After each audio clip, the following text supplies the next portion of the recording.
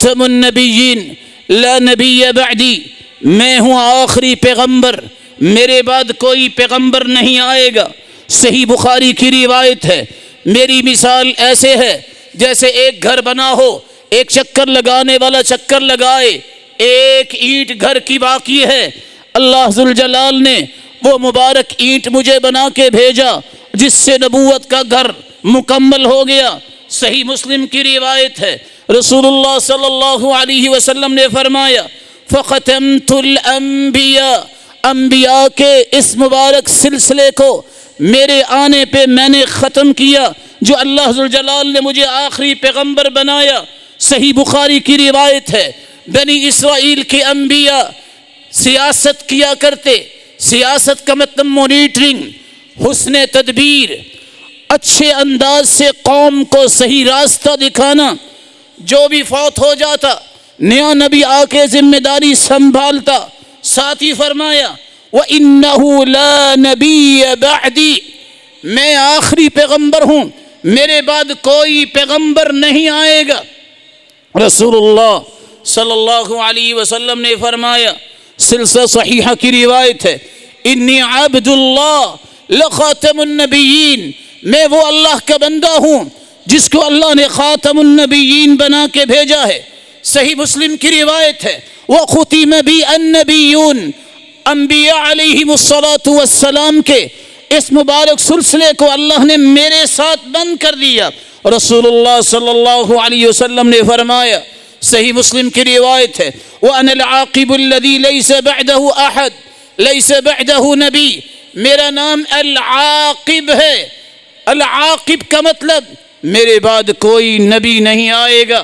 رسول اللہ صلی اللہ علیہ وآلہ وسلم نے فرمایا، مسند احمد کی روایت ہے، ان الرسالۃ والنبوۃ قد انقطعت، رسالت اور نبوت منقطع ہو گئی ہے، فلا رسول بعدی ولا نبی بعدی، نہ میرے بعد کوئی رسول آئے گا نہ میرے بعد کوئی نبی آئے گا۔ اور اللہ کے رسول صلی اللہ علیہ وسلم نے فرمایا، صحیح مسلم کی روایت ہے، فإنی آخر الانبیاء وإن مسجدی آخر المساجد، میں آخری نبی ہوں اور میں نے جو مسجد بنائی ہے یہ آخری مسجد ہے جو کسی نبی نے بنائی ہے۔ رسول اللہ صلی اللہ علیہ وآلہ وسلم نے فرمایا، میں آخری پیغمبر ہوں اور میری امت بھی آخری امت ہے۔ پھر آپ صلی اللہ علیہ وآلہ وسلم نے فرمایا، لوگو آج اگر موسیٰ علیہ السلام بھی آ جائیں، ثم اتبعتموہ وترکتمونی لضللتم، اگر موسیٰ علیہ السلام بھی آ جائے جو ممکن نہیں اور تم اتباع موسیٰ علیہ السلام کی کرو، حالانکہ وہ اللہ کے پیارے پیغمبر ہیں، مجھے چھوڑ کر ان کی بات کو مانو، لضللتم، تم گمراہ ہو جاؤ گے۔ رسول اللہ صلی اللہ علیہ وسلم نے فرمایا، لا نبی بعدی، میرے بعد کوئی نبی نہیں آئے گا۔ ہاں مسند احمد کی روایت ہے، فی امتی کذابون دجالون 27 منہم 4 نسوہ وإنی خاتم النبیین لا نبی بعدی، میری امت میں 27 جھوٹے اور دجال لوگ آئیں گے جو نبوت کا دعویٰ کریں گے، 4 ان میں سے عورتیں ہوں گی، لیکن یاد رکھنا میں خاتم النبیین ہوں، میرے بعد کوئی نبی نہیں آئے گا۔ 11ویں ہجری میں اسود عنسی نے نبوت کا دعویٰ کیا، فیروز الدیلمی نے محل میں گھس کر اس کی گردن اڑا دی۔ 12 ہجری میں مسیلمہ کذاب نے نبوت کا دعویٰ کیا، وحشی بن حرب نے جنگ یمامہ میں نیزہ مار کے اسے جہنم واصل کیا۔ مختار ثقفی 27 ہجری میں دعوے دار بنا، مصعب بن عمیر نے اس کی گردن اڑا دی۔ حارث کذاب دمشقی 69 ہجری میں نبوت کا دعوے دار بنا، عبد الملک بن مروان نے اس کی گردن اڑوا دی۔ مغیرہ بن سعید عجلی 119 ہجری میں نبوت کا دعوے دار بنا۔ امیر عراق خالد بن عبداللہ قسری نے اس کو زندہ جلانے کا حکم دیا اور اس کو راکھ بنا دیا گیا۔ بیان بن سمعان تمیمی، وہ بھی 119 ہجری میں جھوٹا نبی بننے کا دعویٰ کیا۔ امیر عراق خالد قسری نے اس کو بھی زندہ جلا دیا۔ بہا فرید نیشابوری 442 میں اس نے نبوت کا دعویٰ کیا۔ ابو مسلم خراسانی نے تلوار سے اس کے 2 ٹکڑے کر دیے۔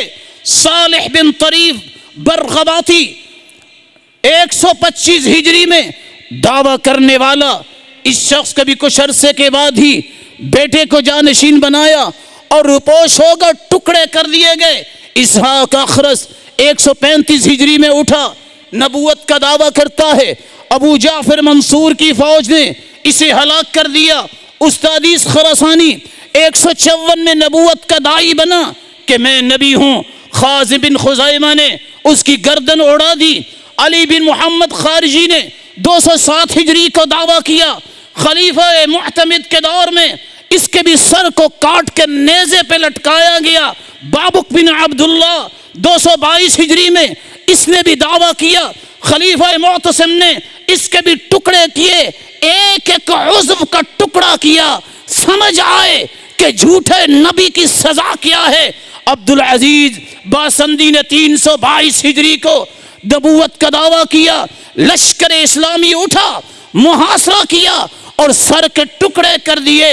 علی بن فضل یمری نے 303 میں دعویٰ کیا۔ بغداد کے لوگوں نے اسے زہر دے کے مار دیا۔ حمیم بن من اللہ مجلسی نے 329 کو دعویٰ کیا۔ قبیلہ محمودہ کی لڑائی میں اس کے بھی ٹکڑے کر دیے گئے۔ ابو منصور عبسی برغباتی 369 ہجری میں اس نے دعویٰ کیا، اس کو بھی اڑا دیا گیا۔ ابو منصور عبسی اصغر تغلبی 439 میں اس نے نبوت کا جھوٹا دعویٰ کیا۔ نصر الدین دولہ نے گرفتار کیا، جیل میں ڈالا اور اس کے بھی ٹکڑے کروا دیے۔ احمد بن قیسی 500 ہجری میں نبوت کا داعی بنا۔ حاکم عبد المومن نے اس کو بھی اڑا دیا۔ عبد الحق مرسی نے 668 میں نبوت کا دعویٰ کیا۔ اس کو صرف 1 روز زندہ رہنے کی اجازت ہوئی اور پھر اس کو اس طریقے سے مارا گیا کہ اس کا خون تو بہتا گیا لیکن کسی کو پاس آنے کی اجازت نہ تھی۔ عبدالعزیز طرابلسی نے 717 کو نبوت کا دعویٰ کیا۔ حاکم طرابلس نے اسے قتل کروایا۔ بایزید روشن جلندری نے 990 ہجری کو نبوت کا دعویٰ کیا، اسے بھی سزائے موت سے دوچار کیا گیا۔ بہا اللہ نوری نے 1308 کو نبوت کا دعویٰ کیا، اسے بھی اللہ نے اپنے قہر کا نتیجہ دکھایا۔ سید علی محمد باب نے 1885 عیسوی میں نبوت کا دعویٰ کیا۔ بادشاہ ناصر الدین نے اسے گولی مارنے کا حکم دیا اور اس کے چھیتڑے اڑا دیے گئے۔ غلام احمد قادیانی 1326 ہجری میں اس نے بھی نبوت کا دعویٰ کیا، بچا رہا مسلمانوں کی کمزوری کی وجہ سے، لیکن اللہ نے عذاب کیسا دیا جب ثناء اللہ عمرسری رحمہ اللہ کے ساتھ مناظرہ ہوا، اس بات پہ فیصلہ ہوا جو سچا ہے اس کی زندگی میں جھوٹے کو موت آ جائے، وہی کچھ ہوا۔ مرزا غلام احمد قادیانی واش روم کے اندر ہی جہنم واصل ہوا۔ ہم تو مانتے ہیں یہ کذاب تھا، یہ جھوٹا تھا، ملعون تھا، خبیث تھا۔ اگر عزت والے ہیں وہ لوگ جو اس کو نبی مانتے ہیں تو اللہ کے رسول نے فرمایا تھا یدفن نبی حیث مات، اللہ کے پیغمبروں کی یہ نشانی ہوتی ہے جہاں وہ فوت ہوتے ہیں انہیں وہاں ہی ان کی تدفین ہوتی ہے۔ غیرت والے تھے، یہ بغیرت تو اس کو وہاں ہی دفناتے، اور حدیث کہتی ہے یبعث الناس علی ما ماتوا، جس حال میں کوئی مرتا ہے قیامت کو اسی حال میں ہی اٹھایا جائے گا۔ رسول اللہ صلی اللہ علیہ وآلہ وسلم نے سچ فرمایا، 27 جھوٹے دجال کذاب آئیں گے جو دعویٰ کریں گے رسول اللہ صلی اللہ علیہ وآلہ وسلم نے اس وقت ہی بتا دیا تھا۔ آج مسلمان وہ لوگ جو فکری مسکین ہیں، درندے ہیں، چند ٹکوں کے پجاری ہیں، وہ بول کے کہتے ہیں ان کو انسان تو مانو۔ کس نے نہیں مانا انسان؟ ہم مانتے ہیں انسان ہیں، لیکن انسانوں کے لیے حکم یہ ہے جو مسلمان ہو کر اللہ کی رسول کی نبوت کا انکار کرتا ہے، مرتد ہے، من بدل دینا فاقتلوہ، اس کو قتل کر دینا، یہ شریعت کا حکم ہے۔ کاش کہ کسی کو سمجھ آئے مرزا غلام احمد قادیانی کے عقائد کیا تھے، تاکہ یہ غبار ذہنوں سے دور ہو جائے۔ یہ اللہ کی توہین کرنے والا براہین احمدیہ کو اٹھا کے دیکھو، کہتا ہے کیا کوئی عقل مند اس بات کو قبول کر سکتا ہے کہ اس زمانے میں ایسا خدا ہے جو سنتا ہے لیکن بولتا نہیں؟ والعیاذ باللہ۔ پھر یہ کہتا ہے کیوں نہیں بولتا اللہ کے بارے میں؟ کیا زبان پر کوئی مرض لاحق ہو گئی ہے؟ والعیاذ باللہ۔ یہ ظالم اللہ کے بارے میں بھی اس طرح کے الفاظ بولتا کہ اللہ ذوالجلال کلام نہیں کرتے۔ رسول اللہ صلی اللہ علیہ وآلہ وسلم کے بارے میں لکھتا ہے میرا یہ ایمان ہے، میں اس وحی پر یہ جو قرآن کی آیت ہے محمد الرسول اللہ والذین معہ اشداء علی الکفار، یہ میرا نام، مرزے کا نام محمد ہے اس آیت میں، اور میں رسول ہوں۔ یہ قرآن کی صریح تحریف بھی کی اور اللہ کی رسول کی جگہ پہ اپنا نام بھی پیش کرنا چاہا، اور یہ لکھتا ہے روحانی خزائن اپنی کتاب میں کہ یہ بات سمجھ لینی چاہیے کہ جو میری طرف آتا ہے وہی میرا ہے، اور جو میری جماعت میں داخل ہوتا ہے وہی میرا ہے، اور جو مجھے نہیں مانتا اس کا مطلب ہے اس نے رسول کو مانا ہی نہیں۔ سیدنا عیسیٰ کے بارے میں بھی اس نے گستاخیاں کی، والعیاذ باللہ۔ زبان اجازت نہیں دیتی کہ میں وہ بیان کروں جو اس خبیث نے لکھا۔ یہ لکھتا ہے کہ سیدنا عیسیٰ علیہ السلام جو اللہ کے پیغمبر تھے، والعیاذ باللہ گالیاں دیا کرتے تھے، نعوذ باللہ من ذالک، اور اکثر بد زبانی کیا کرتے تھے، چھوٹی چھوٹی بات پہ غصے میں آ جایا کرتے تھے، نعوذ باللہ جھوٹ بولا کرتے تھے۔ اور لکھنے والا یہ بدماش لکھتا ہے کہ 3 نانیاں اور 3 دادیاں سیدنا عیسیٰ علیہ السلام جو اللہ کے پیارے پیغمبر تھے، یہ ظالم لکھتا ہے کہ اس پیغمبر کی نانی اور دادیاں نعوذ باللہ من ذالک، حاشا للہ ان یکون ھذا، کہ یہ بدکار تھیں۔ رسول اللہ صلی اللہ علیہ وسلم کے صحابہ کے بارے میں لکھتا ہے یہ غبی تھے، ان کو نعوذ باللہ کوئی سمجھ نہیں تھی، اور یہ لکھتا ہے کہ یہ نادان تھے جو پیغمبروں کے بارے میں گستاخیاں کرے، رب کے بارے میں، اللہ کے رسول کے بارے میں، اور پھر وحی کے بارے میں، اور پھر صحابہ کرام کے بارے میں۔ اور وہ کہتا ہے حدیث کے متعلق اعجاز احمدی میں لکھتا ہے کہ سنو وہ حدیثیں جو ہمارے موافق ہیں ہم اس کو مانتے ہیں، جو ہماری بات کے موافق نہیں ہم ردی کی طرح نعوذ باللہ اسے پھینک دیتے ہیں۔ امت مسلمہ کے بارے میں وہ لکھتا ہے مسلمانوں ذرا سنو کیا لکھتا ہے، تمہارا نرم گوشہ تو ہر وقت سامنے آتا ہے کہ مان لو نا، کیا ہو جائے گا، ان کے بھی حقوق ہیں۔ وہ ظالم لکھتا ہے جو میرے مخالف ہیں وہ عیسائی ہیں اور یہودی ہیں، وہ مشرک ہے۔ پھر لکھتا ہے جو ہماری فتح کا قائل نہیں ہے وہ سمجھا جائے کہ یہ حرام کی اولاد ہے، یہ حلال زادہ نہیں ہے جو میری مخالفت کرتا ہے۔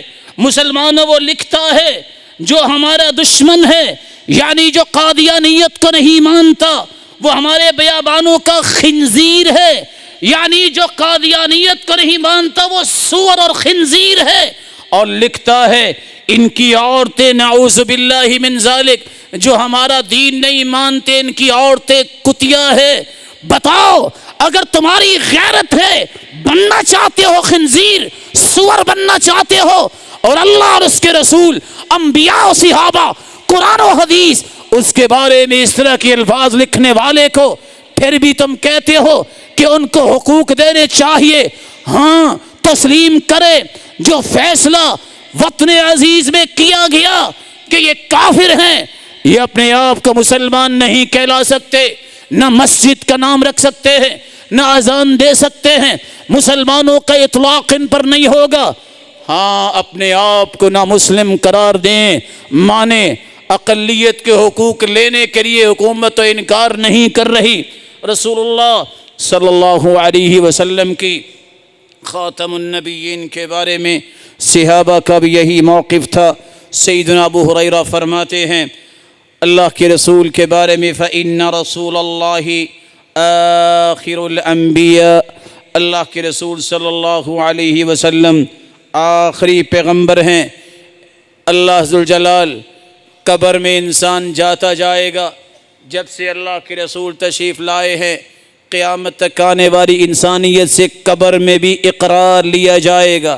اللہ فرمائیں گے، صحیح سنن نبی داؤد کی روایت ہے، فرشتے سوال کریں گے ماذا تقول فی هذا الرجل الذي بعث فیکم، ذرا یہ تو بتاؤ نا کس ہستی کے بارے میں تمہارا کیا نظریہ ہے جس کو اللہ ذوالجلال نے مبعوث کیا۔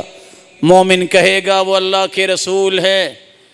جب یہ جواب ملے گا اللہ ذوالجلال کی طرف سے اعلان ہوگا کس نے مجھے رب مانا، میرے پیغمبر کے بارے میں بھی صحیح نظریہ پیش کیا، ایمان کا بھی صحیح جواب دیا، اس کی قبر میں جنتی بچھونے بچھا دو، اس کو جنتی لباس پہنا دو، اور اس کی قبر کو کھول دو اور جنت کا دروازہ بھی کھول دو تاکہ جنت کی خوشبوئیں اور ہوائیں بھی آئیں۔ اور بد نصیب، بدبخت، جو خبیث عقیدہ رکھنے والا، جو اللہ کے رسول کی رسالت کو نہیں مانتا، پوچھا اس سے بھی جائے گا بتاؤ ماذا تقول فی هذا الرجل الذي بعث فیکم، کیا کہتے ہو اللہ کے رسول کے بارے میں؟ یہ کہے گا ہاں لا ادری، مجھے تو پتہ نہیں، اقول کما یقول الناس، میں تو لائی لگ تھا، جیسے لوگ کہتے ویسے ہی کہتا تھا۔ اللہ ذوالجلال کی طرف سے آواز آئے گی اس کے نیچے مٹی ہے، جہنم کے انگارے بچھا دو، اس کو 3 چادروں میں چھوڑ گئے، اس کو جہنمی لباس پہنا دو، اور اس کی قبر کو آپس میں اس طرح بھیج دو حتی تختلف اضلاع، اللہ کے رسول نے انگلیوں کو انگلیوں میں داخل کر کے فرمایا اس کی ہڈیاں اور پسلیاں ایک دوسرے میں داخل ہو جائیں گی، اور پھر عذاب شروع ہوگا جب تک قیامت نہیں آئے گی، اور قیامت کو پھر بڑے بڑے عذاب ہیں۔ قیامت کا دن ہوگا، اللہ ذوالجلال پوری کائنات کے سامنے اپنے پیارے پیغمبر کو حکم دیں گے، سب لوگ کہیں سے چلتے چلتے آئیں گے، اور آ کے صرف انبیاء نہیں، پوری کائنات یہ کہے گی یا انت رسول اللہ وخاتم الانبیاء، اے اللہ کے پیغمبر آپ ہی تو ہیں خاتم النبیین، آپ ہی تو ہیں اللہ کے رسول۔ وغفر اللہ لک ما تقدم من ذنبک وما تأخر اشفع لنا الى ربک، آپ کے تو اللہ نے اگلے پچھلی کوتاہیوں کو معاف کیا ہوا ہے، آپ ہی ہمارے لیے سفارش کریں۔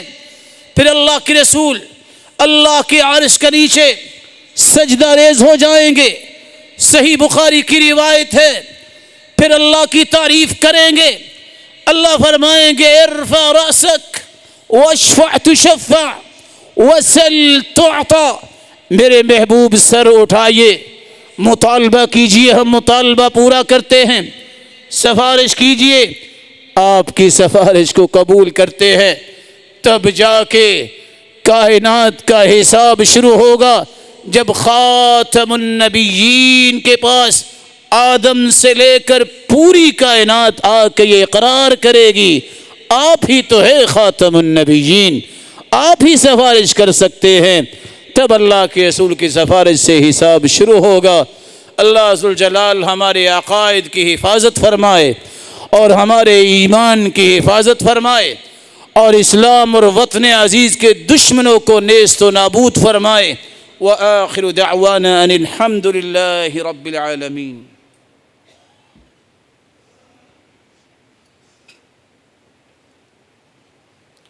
الحمد لله على إحسانه والشكر له على توفيقه وامتنانه أما بعد فأعوذ بالله من الشيطان فإنه عدو للإنسان رسول اللہ صلی اللہ علیہ وسلم کی رسالت کی گواہی کے بغیر کوئی شخص مسلمان نہیں ہوتا۔ گواہی کا تقاضا یہ ہے اس ہستی پر ایمان لایا جائے، اس ہستی کی تصدیق کی جائے، یقین کیا جائے کہ وہ خاتم النبیین ہیں، ان کے بعد کوئی نبی نہیں آئے گا، قیامت تک کے لیے ان کی نبوت اور رسالت ہے۔ مانا جائے کہ اس کی اطاعت کے بغیر ہدایت یافتہ کوئی نہیں بن سکتا۔ وَإِن تُطِيعُوهُ تَهْتَدُوا، اس بات کو تسلیم کیا جائے جب تک اس ہستی کی بات کو حرف آخر نہ مان لیا جائے کوئی مومن نہیں ہو سکتا۔ فَلَا وَرَبِّكَ لَا يُؤْمِنُونَ حَتَّى يُحَكِّمُوكَ فِي مَا شَجَرَ بَيْنَهُمْ۔ اللہ ذوالجلال نے اپنی عظمت و تقدس و جلالت کی قسم اٹھا کے فرمایا، میرے محبوب جب تک تیری بات کو حتمی بات، آخری بات، اٹل فیصلہ کوئی نہ مانے اس وقت تک میں اپنی جلالت اور عظمت کی قسم اٹھاتا ہوں وہ میرے نزدیک مومن ہی نہیں ہے۔ رسول اللہ صلی اللہ علیہ وآلہ وسلم اس ہستی کی اطاعت کے بغیر نہ دنیا میں سکون ہے اور نہ قیامت کوئی کامیابی ہے۔ محبت کے سارے دعوے جھوٹے ہیں جب تک اطاعت نہ کی جائے، کیونکہ اللہ ذوالجلال نے فرمایا قل، میرے محبوب آپ خود ہی فرما دیجئے، ان کنتم تحبون اللہ، اگر دعویٰ ہے کہ تم اللہ سے محبت کرتے ہو فاتبعونی، پھر میری اطاعت کرو، اتباع کرو، فرما برداری کرو۔ نتیجہ کیا نکلے گا؟ یحببکم اللہ، اللہ بھی تمہیں اپنا محبوب بنائیں گے، ویغفر لکم ذنوبکم، اور تمہارے گناہوں کو معاف فرمائیں گے۔ اللہ ذوالجلال سے دعا ہے اللہ ذوالجلال ہمیں اطاعت کرنے والے بنائے، اقرار و تصدیق کے بعد اطاعت کرنے والے بنائے۔ اور جتنے یہاں روشن چہرے تشریف فرما ہیں، مولا کریم سب کو اپنے محبوب کی شفاعت نصیب فرما، اس ہستی کا ساتھ نصیب فرما اور اپنے دیدار کا مستحق بنا۔ وآخر دعوانا